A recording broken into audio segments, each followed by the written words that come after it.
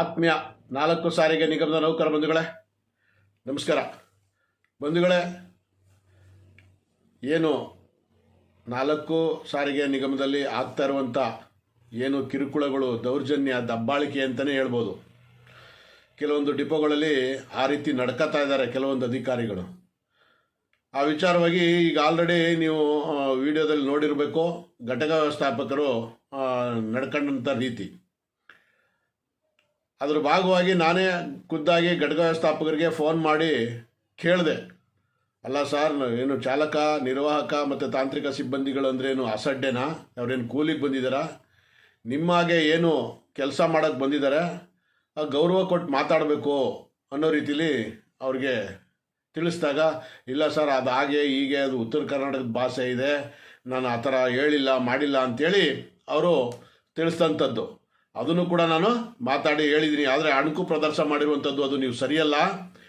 ಇದು ಬೆಳಿಗ್ಗೆ 6 ಗಂಟೆಗೆ ಬಂದು ತಟ್ಟೆ ಹಿಡ್ಕೊಂಡು ಭಿಕ್ಷೆ ಬೇಡೋ ರೀತಿಯಲ್ಲಿ ನೀವು ಅದನ್ನು ತೋರಿಸಿದ್ದೀರಿ. ಮತ್ತು TI ಅಧಿಕಾರಿ ಏನು ಮಹಿಳಾ ಅಧಿಕಾರಿ ಇದ್ದಾರೆ, ಅವ್ರನ್ನ ಕೂಡ ನೀವು ಒಂದು ಕೇವಲ ರೀತಿಯಲ್ಲಿ ಏಕವಚನ ರೀತಿಯಲ್ಲಿ ಮಾತಾಡಿದ್ದೀರಿ ಅನ್ನುವಂಥದ್ದನ್ನು ಕೂಡ ಹೇಳಿದೆ. ಇಲ್ಲ ಸರ್, ಆ ಥರ ಮಾತಾಡಿದರೆ ನಂದು ಕ್ಷಮೆ ಇರಲಿ ಅನ್ನುವಂಥ ವಿಚಾರದಲ್ಲಿ ಹೇಳಿದರೆ, ನಾನು ಕೂಡ ಇನ್ನು ಮುಂದೆ ಯಾವುದೇ ರೀತಿ ಅದು ಆಗಬಾರ್ದು, ಮುಂದುವರಿಬಾರ್ದು. ಈಗ ಆಲ್ರೆಡಿ ಮೇಲಧಿಕಾರಿಗಳು ಗಮನಕ್ಕೆಲ್ಲ ಹೋಗಿದೆ. ಅದು ಯಾವ್ಯಾವ ರೀತಿ ಈಗ ನೀವು ಈ CND C&R ರೂಲ್ಸ್ ಆ್ಯಂಡ್ ರೆಗ್ಯುಲೇಷನ್ನ ವೈಲೇಷನ್ ಕೂಡ ಮಾಡಿದ್ದೀರಿ ಅಂಥೇಳಿ ಅವ್ರಿಗೆ ನಾನು ಮನವರಿಕೆ ಮಾಡಿದ್ದೀನಿ. ಜೊತೆಗೆ ಆ ಸಿಬ್ಬಂದಿ ಏನು ಮಂಜುನಾಥ್ ಅಂತ ಇದ್ದಾರೆ, ಡಿಪೋ 34 ಮಂಜುನಾಥ್ ಅಂತ, ಆ ಚಾಲಕರದ್ದು ವಿಚಾರ ಕೇಳಿದಾಗ ಅವರು ಹಿಂದೆ 2 ದಿನ ರಜಾ ಕೊಟ್ಟಿದ್ದೆ, ಅದರಲ್ಲಿ ಒಂದಿನ ಆಬ್ಸೆಂಟ್ ಮಾಡಿ ಒಂದಿನ ರಜಾ ಸ್ಯಾಂಕ್ಷನ್ ಮಾಡಿದ್ದಾರೆ. ಆ ವಿಚಾರ ಕೇಳೋದಕ್ಕೆ ಅವರು ನನ್ನ ಮೇಲೆ ದ್ವೇಷ ಇಟ್ಕೊಂಡು ಈ ರೀತಿಯೆಲ್ಲ ನಡೆಸ್ಕೊಂಡಿರುವಂಥ 2,000 ರೂಪಾಯಿ ಫೈನ್ ಕೂಡ ಹಾಕಿದ್ದಾರೆ ಅಂತೇಳಿ ಮಾತಾಡಿರುವಂಥದ್ದು ಇದೊಂದು ಪಾರ್ಟು. ಜೊತೆಗೆ ಇನ್ನೂ ಹಲವಾರು ರೀತಿ ಕಿರುಕುಳಗಳು ನಡೀತಾ ಇದ್ದಾವೆ ಅಂಥೇಳಿ ರಾಜ್ಯಾದ್ಯಂತ ನನಗೆ ಈಗ ಆಲ್ರೆಡಿ ಫೋನ್ ಮುಖಾಂತರ ತಿಳಿಸ್ತಾ ಇದ್ದಾರೆ.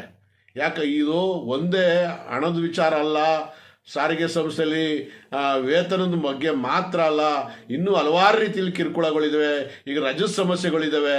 ಕೆಲವೊಂದು ವಿಭಾಗದಲ್ಲಿ KKRTC ವಿಭಾಗದಲ್ಲಿ ಈಗ ನಿನ್ನೆ ಒಬ್ಬರು ಕೂಡ ಫೋನ್ ಮಾಡಿದರು, ಅಣ್ಣ ಈಗ 22 ದಿನ 24 ದಿನ ಡ್ಯೂಟಿ ಮಾಡಿದ್ರು ನಾವು LMS ಅಲ್ಲಿ ರಜೆ ತಗೊಳಕ್ಕೆ ಹೋದರೆ, HRMS ಅಲ್ಲಿ ರಜೆ ತಗೊಳಕ್ಕೆ ಹೋದರೆ ಇನ್ನು 22 ದಿನ ಮಾಡಿಲ್ಲ ಅಂಥೇಳಿ ಫೀಡ್ ಮಾಡಿದ್ದಾರೆ, ಸಾಕಷ್ಟು ತೊಂದರೆ ಆಗ್ತಾಯಿದೆ ಅಂತ ಹೇಳ್ತಾರೆ. ಈ ರೀತಿ ಮತ್ತು ಈ ಏನು ಆರೋಗ್ಯ ವಿಚಾರವಾಗಿ, ಕ್ಯಾಶ್ಲೆಸ್ ಚಿಕಿತ್ಸೆ ವಿಚಾರವಾಗಿ ಮಂಗಳೂರು ಡಿಪೋದಲ್ಲಿ ಚಾಲಕ ಒಬ್ಬರು ನನಗೆ ಕಂಪ್ಲೇಂಟ್ ಮಾಡ್ತಾರೆ. ಅವ್ರ ಬಗ್ಗೆ ನಾನು ಏನು ಲೇಬರ್ ಆಫೀಸರ್ ಹತ್ರ, ನಾನು ಲೇಬರ್ ಮೇಡಮ್ ಹತ್ರ ಕೇಳ್ತೀನಿ, ಅದು ಸ್ಪಷ್ಟೀಕರಣ ಕೂಡ ಕೊಡ್ತಾರೆ. ಆದರೆ ಅಲ್ಲಿ 54,000 ಚಿಲ್ಲರೆ ದುಡ್ಡು ಖರ್ಚಾಗಿರುತ್ತೆ, ಬರೀ 30,000 ರೂಪಾಯಿ ದುಡ್ಡು ಕೊಟ್ಟಿರ್ತಾರೆ. ನಾನು 24,000 ರೂಪಾಯಿನ ಕಟ್ಬಿಟ್ಟು ಬಾಡಿ ತಗೊಂಡೋಗಿ ಅನ್ನುವಂಥ ವಿಚಾರ ಹೇಳಿರ್ತಾರೆ. ಪಾಪ ಚಾಲಕರ ತಂದೆ ಮರಣ ಹೊಂದಿರ್ತಾರೆ, ಚಿಕಿತ್ಸೆ ಫಲಕಾರಿಯಾಗಿದೆ. ಈ ರೀತಿ ಗೊಂದಲ ಆಗಿರುತ್ತೆ. ಆ ವಿಚಾರದಲ್ಲಿ ನಾನು ಕೇಂದ್ರ ಕಚೇರಿಗೆ ಗೌರಮ್ಮ ಮೇಡಮ್ ಅಂದರೆ ಮುಖ್ಯ ಕಾರ್ಮಿಕ ಕಲ್ಯಾಣಾಧಿಕಾರಿ ಅವ್ರ ಜೊತೆ ಮಾತಾಡಿ ಚರ್ಚೆ ಮಾಡಿದ್ದೀನಿ. ಆದಷ್ಟು ಅದನ್ನು ನಾನು ಬೇಗ ಹಣ ವಾಪಸ್ ಕೊಡಿಸ್ತೀನಿ ಅಂತ ಕೂಡ ಹೇಳಿದ್ದಾರೆ. ಇದೇ ರೀತಿ ಹಲವಾರು ಪ್ರಕರಣಗಳು ನನ್ನ ಮುಂದೆ ಬಂದಾಗ ಅವನು ಕೂಡ ನಾನು ಬಗೆಹರಿಸಿದ್ದೀನಿ. ಆ ಮೇಡಮ್ ಅವ್ರ ಜೊತೆ ಚರ್ಚೆ ಮಾಡಿ ಬಗೆಹರಿಸಿದ್ದೀನಿ ಕೂಡ ಅಂತ ಮೇಡಮ್ ಅವರು ಕೂಡ ಒಪ್ಕೊಂಡಿದ್ದಾರೆ.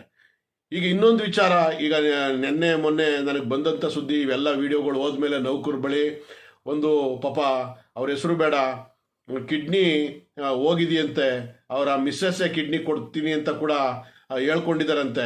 ಅದಕ್ಕೆ ಬೇರೆ ಹಾಸ್ಪಿಟ್ಲಲ್ಲಿ ಹೋಗಿ ಕೇಳಿದಾಗ ಸುಮಾರು 24 ಲಕ್ಷ ಖರ್ಚಾಗುತ್ತೆ ಅಂತ ಪಾಪ ಅವರು ನೋವು ತೊಡ್ಕೊಂಡು, ನಮ್ಮ ಮನೆ ಮಠ ಎಲ್ಲ ಮಾರಬೇಕಂತ ಪರಿಸ್ಥಿತಿ ಬಂದಿದೆ ಅಣ್ಣ, ನಿಮ್ಮ ನೆರವು ನಾನು ಕಾಯ್ತಾ ಇದ್ದೀನಿ, ನೀವು ನಮ್ಗೆ ಹೆಲ್ಪ್ ಮಾಡಬೇಕು ಅಂತ ಪಾಪ ಅಳುವು ತೊಳ್ಕೊಂಡ್ರು.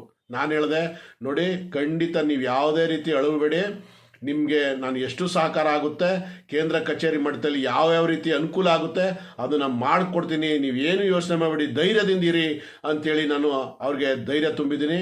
ಆ ಚಾಲಕರ ಹೆಸರು ಬೇಡ, ನಾನು ಮುಂದಿನ ದಿನದಲ್ಲಿ ಅದನ್ನು ತಿಳಿಸ್ತೀನಿ. ಪಾಪ ನೌಕರಿಗೆ ಇವತ್ತೇನು ಕ್ಯಾಶ್ಲೆಸ್ ವಿಚಾರ ಇದೆ ಅದು ಸಮಗ್ರವಾಗಿ ಯುಟಿಲೈಸ್ ಆಗಬೇಕು, ಆ ರೀತಿ ನಾನು ಅವ್ರಿಗೆ ಹೆಲ್ಪ್ ಮಾಡ್ತೀನಿ ಅಂತ ಕೂಡ ಭರವಸೆ ಕೂಡ ಕೊಟ್ಟಿದ್ದೀನಿ. ಖಂಡಿತ ಅದನ್ನು ಹೆಲ್ಪ್ ಮಾಡೋಣ. ಹೀಗೆ ಹಲವಾರು ವಿಚಾರಗಳು, ಸಾಕಷ್ಟು ವಿಚಾರಗಳು ಈ ವಿಡಿಯೋಗಳು ಹೋದ್ಮೇಲೆ ಹಲವಾರು ನೌಕರರು ಅಳಲು ತೊಡ್ಕೊಳ್ತಾ ಇದ್ದಾರೆ. ಸುಮಾರು ಭಾಗದಿಂದ ಚಾಮರಾಜನಗರದಿಂದ ಹಿಡಿದು ಬೀದರ್ ಗಂಟ, ಮಂಗಳೂರಿಂದ ಹಿಡಿದು ಕೋಲಾರ ತನಕ ಹಲವಾರು ನೌಕರರು ಈಗ ಆಲ್ರೆಡಿ ಕಾಲ್ ಮಾಡಿ, ಅಣ್ಣ ಈ ರೀತಿ ತೊಂದರೆ ಆಗ್ತಾಯಿದೆ, ಈ ಥರ ತೊಂದರೆ ಆಗ್ತದೆ, ನಮ್ಗೆ ಕೇಳೋರು ಯಾರೂ ಇಲ್ಲ, ಹೇಳೋರು ಯಾರೂ ಇಲ್ಲ ಅನ್ನೋ ಪರಿಸ್ಥಿತಿ ಬಂದಿದೆ. ಮುಷ್ಕರ ಆದಮೇಲಂತೂ ಭಾಳ ನಮ್ಮ ಮೇಲೆ ಯಾವ್ಯಾವ ರೀತಿ ಕೆಲವೊಂದು ಅಧಿಕಾರಿಗಳು ಹಗೆ ಸಾಧಿಸ್ತಾರೆ, ಏನಾದ್ರು ನಿಮ್ಮಂಥವ್ರು ಗಮನಕ್ಕೆ ತಂದರೆ ಅವ್ರನ್ನ ಟಾರ್ಗೆಟ್ ಮಾಡ್ತಾರೆ ಅಂತೇಳಿ ಇದು ಮಾಡ್ತಾರೆ. ಅದಕ್ಕೆ ನಾನು ಹಲವಾರು ಜನ ಹೆಸರುಗಳನ್ನ ಕೂಡ ನಾನು ಹೇಳಕ್ಕೆ ಇಷ್ಟಪಡಲ್ಲ. ಅದು ಏನೇ ಕಷ್ಟ ಇದ್ರೂ ಅವ್ರಿಗೆ ಸ್ಪಂದಿಸಿ ನಾನು ಕೆಲಸ ಮಾಡಲಿಕ್ಕೆ ಪ್ರಯತ್ನ ಮಾಡ್ತಾ ಇದ್ದೀನಿ. ದಯಮಾಡಿ ಈ ವಿಡಿಯೋ ಮುಖಾಂತರ ತಮ್ಮಲ್ಲಿ ಇನ್ನೂ ಒಂದು ಮನವಿ ಮಾಡ್ತೇನೆ, ಯಾರು ದುತ್ತಿಗೆಡಬೇಡಿ. ಯಾವುದೇ ರೀತಿ ಏನೇ ಅನ್ಯಾಯ ಆದ್ರೂ ನನ್ನ ಗಮನಕ್ಕೆ ತಗೊಬನ್ನಿ. ನಾವು ಏನು ಅದನ್ನು ಯಾವ ರೀತಿ ಕ್ಲಿಯರ್ ಮಾಡಬೇಕು, ಸಮಸ್ಯೆ ಬಗೆಹರಿಸ್ಬೇಕು ಅನ್ನೋಂಥ ಪ್ರಯತ್ನ ಮಾಡ್ತೀವಿ. ಯಾಕೆ ಅಂತಂದರೆ ಈಗ ಆಲ್ರೆಡಿ ಕೆಲವೊಂದಷ್ಟು ಜನ ಎಷ್ಟೋ ಕಿರುಕುಳ ತಾರಲಾರದೆ ಆತ್ಮಹತ್ಯೆ ಮಾಡ್ಕೊಂಡಿರುವಂಥ ಪ್ರಕರಣಗಳಿದ್ದಾವೆ. ದಯಮಾಡಿ ನಮ್ಮ ನೌಕರಲ್ಲಿ ನಾನೊಂದು ಮನವಿ, ಕಳಕಳೆ ಮನವಿ, ನಿಮ್ಮನ್ನೇ ನಂಬ್ಕೊಂಡಿರ್ತಾರೆ, ನಿಮ್ಮನ್ನು ನಂಬ್ಕೊಂಡು ಜೀವನ ಮಾಡ್ತಾ ಇರ್ತಾರೆ. ಆದ್ದರಿಂದ ನೀವು ಯಾರು ಈ ರೀತಿ ಆತ್ಮಹತ್ಯೆ ಯತ್ನ ಮಾಡ್ಕೊಂಡು ಪ್ರಾಣ ಕಳ್ಕೋದು ಬೇಡ. ಆ ಥರ ಸಮಸ್ಯೆ ಇದ್ದರೆ ನಮಗೆ ಖಂಡಿತ ಸಮಸ್ಯೆನ ಹೇಳ್ಕೊಳ್ಳಿ, ಸಮಸ್ಯೆ ಬಗೆಹರಿಸುವಂಥ ಪ್ರಯತ್ನ ಮೇಲಧಿಕಾರಿ ಗಮನಕ್ಕೆ ತಂದು ಆ ಪ್ರಯತ್ನ ಮಾಡೇ ಮಾಡ್ತೀನಿ, ತೀರ್ಸೋಣ. ಅದಕ್ಕೆ ನೀವು ಏನು ಗೊಂದಲಕ್ಕೆ ಒಳಗಾಗ್ಬಿಡಿ. ಮತ್ತು ಕೆಲವೊಂದಷ್ಟು ಜನ ಅಧಿಕಾರಿಗಳಿಗೊಂದು ನ್ಯಾಯ, ಕಾನೂನಿಗೊಂದು ನ್ಯಾಯ ಅನ್ನೋ ರೀತಿಲಿ ನಮ್ಮ ನೌಕರರು ಪ್ರಶ್ನೆ ಮಾಡ್ತಾರೆ. ಯಾಕೆ ಅಂತಂದರೆ ಈಗ ನೋಡಿ, ಈ ರೀತಿ ಆದಂಥ ವಿಚಾರದಲ್ಲಿ ಅಧಿಕಾರಿಗಳಿಗೆ ಯಾವ ರೀತಿ ಕ್ರಮ ಕೊಡಲ್ಲ. ಅದೇ ಡ್ರೈವರು ಕಂಡಕ್ಟ್ರು ಆದರೆ ಇಮಿಡಿಯೇಟ್ಲಿ ಕ್ರಮ ಮಾಡ್ತಾರೆ. ನೋಡಿ, ಈಗ ಹೊನ್ನಾಳಿ ಡಿಪೋದಲ್ಲಿ ಲೋಕೇಶ್ ಅಂತ ಚಾಲಕ ಕಮ್ ನಿರ್ವಾಹಕ ಏರಿದನಲ್ಲಿ ಮಾತಾಡ್ದ ಅಂತೇಳಿ ಮೆಮೊ ಕೊಡ್ತಾರೆ.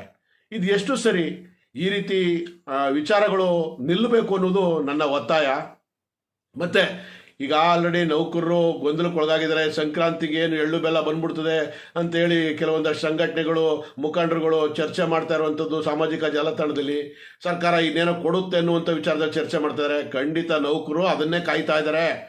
ಸರ್ಕಾರ ಕೂಡಲೇ ನಮಗೇನು 38 ತಿಂಗಳು ಅರಿಯರ್ಸ್ ಕೊಡಬೇಕು, ಈಗ ಆಲ್ರೆಡಿ 24 ತಿಂಗಳು ಮುಗಿದೋಗಿದೆ, 2 ವರ್ಷ ಮುಗಿದೋಗಿದೆ. ಇದ್ರ ಬಗ್ಗೆ 1/1/24ರಿಂದ ಏನು ವೇತನ ಬರಬೇಕಾಗಿದೆ, ಕಾಯ್ತಾ ಇದ್ದಾರೆ. ಇದೆಲ್ಲ ಇಷ್ಟರ ಮಧ್ಯ ಇನ್ನೊಂದು ವಿಚಾರ ಏನಪ್ಪ ಹೇಳ್ತೀನಿ ಅಂತಂದರೆ, ಈ ಸಂಘಟನೆಗಳಿಗೆ ಹಲವಾರು ಬಾರಿ ನಾನು ಮನವಿ ಮಾಡ್ಕೊಂಡು ಬಂದಿದ್ದೀನಿ, ಎಲ್ಲರೂ ಒಗ್ಗೂಡಿ ಅಂತ ಹೇಳಿ. ಆದರೆ ಒಗ್ಗೂಡುವಂಥ ಪ್ರಯತ್ನ ಎಷ್ಟು ಮಟ್ಟಿಗೆ ನಡೀತಾ ಇದೆ ಇಲ್ಲ ಅನ್ನೋದು ಎಲ್ಲ ನೌಕರು ಆಲಿಸ್ತಾ ಇದ್ದಾರೆ. ಯಾಕೆ ಅಂತಂದರೆ ತುಂಬ ನೋವು ತೊಡ್ಕೊತಾ ಇದ್ದಾರೆ. ನಮಗೆ ತುಂಬ ಸಮಸ್ಯೆಗಳಾಗ್ತಾ ಇದ್ದಾವೆ, ಯಾರು ಒಗ್ಗೂಡ್ತಾ ಇಲ್ಲ. ಏನು ಮಾಡೋಣ, ನೀವೇನಾದ್ರು ಒಂದು ಪ್ರಯತ್ನ ಮಾಡಿ ಅನ್ನುವಂಥ ವಿಚಾರ ನನ್ನ ಮೇಲೆ ಹೊರೆ ಆಗ್ತಾ ಇದ್ದಾರೆ. ಆದರೆ ನಾನು ಹಲವಾರು ಬಾರಿ ಎಲ್ಲ ಸಂಘಟನೆಗಳನ್ನೂ ಕೂಡ ಪರಿಯಾಗಿ ನಾನು ಕೂಡ ನೌಕರ ಪರವಾಗಿ ಬೇಡದೆ, ಇವರು ಅಲ್ಲೊಂದು ಹೇಳಿಕೆಗಳು ಇಲ್ಲೊಂದು ಹೇಳಿಕೆಗಳು, ಅವ್ರನ್ನ ಕ್ಷಮೆ ಇವ್ರ ಕ್ಷಮೆ ಇಲ್ಲ, ಈ ರೀತಿ ಗೊಂದಲದಲ್ಲಿ ವಿಡಿಯೋಗಳು ಮಾಡ್ತಾ ಇರೋದ್ರಿಂದ ನೌಕರು ತುಂಬ ಇನ್ನೂ ನೋವು ತೊಡ್ಕೊತಾ ಇದ್ದಾರೆ. ಅದನ್ನು ಸಂಘಟನೆಗಳು ಅರ್ಥ ಮಾಡ್ಕೋಬೇಕು.